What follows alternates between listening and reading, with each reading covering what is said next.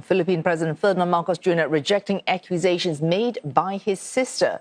Senator Imee Marcos saying chronic drug use has left the leader, her brother, unable to eradicate corruption and to manage ongoing protests that are putting pressure on an embattled administration.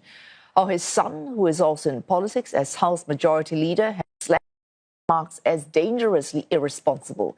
Communications Undersecretary dismissing the claims as baseless. Claire Castro insisting that Mr. Marcos will stay in office despite supporters of the Vice President Sara Duterte, who is allied with his sister, urging him to step down. Mr. Marcos grappling with fallout from ongoing investigations in widespread corruption, with two cabinet ministers resigning after their departments were implicated. The Education Undersecretary has also resigned. Mr. Marcos has since appointed new finance and executive secretaries. The presidential palace maintaining that this reflects Mr. Marcos's commitment to strengthening his government. All this as protesters ended days of rallies in the capital led by the influential sect that's Iglesia Ni Cristo. The INC had demanded accountability and transparent investigations into what they have called ghost projects. This is projects in which vast sums were invested for construction that either did not exist or were eventually substandard.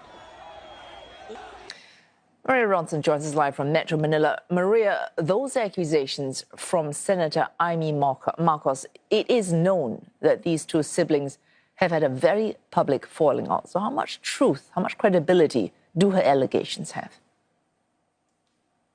Well, amidst all that, let me say that this political drama unfolded at the end of a two-day rally organized by the religious sect, the Iglesia Ni Cristo, demanding accountability and transparency in the flood corruption scandal. In a speech to 500,000-strong crowd, Senator Imee Marcos lobbed serious allegations against her younger brother, the Philippine President Ferdinand Marcos Jr. and his family. She alleged that the president was a drug user, was a drug addict, and continues to be one to this day.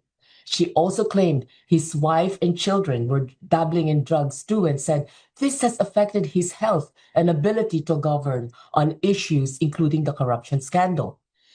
The speech sent shockwaves across the country and put social media on overdrive. The presidential office was quick to call these allegations baseless and a recycled issue that has long been disproven.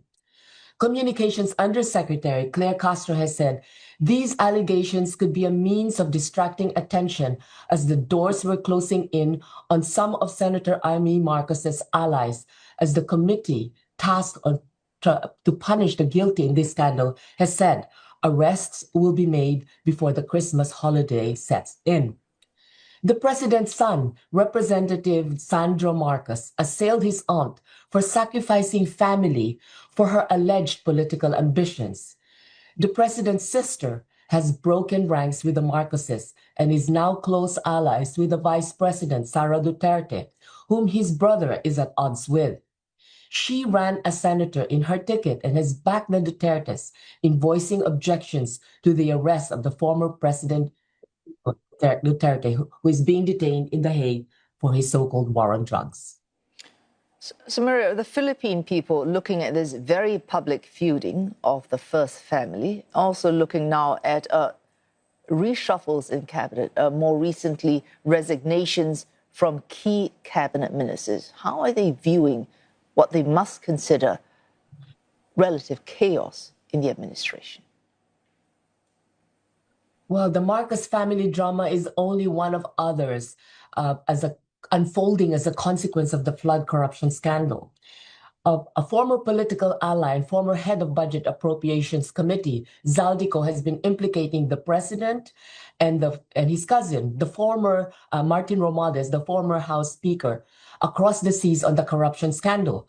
But the allegations have not been given credence because of apparent inconsistencies in his accusations.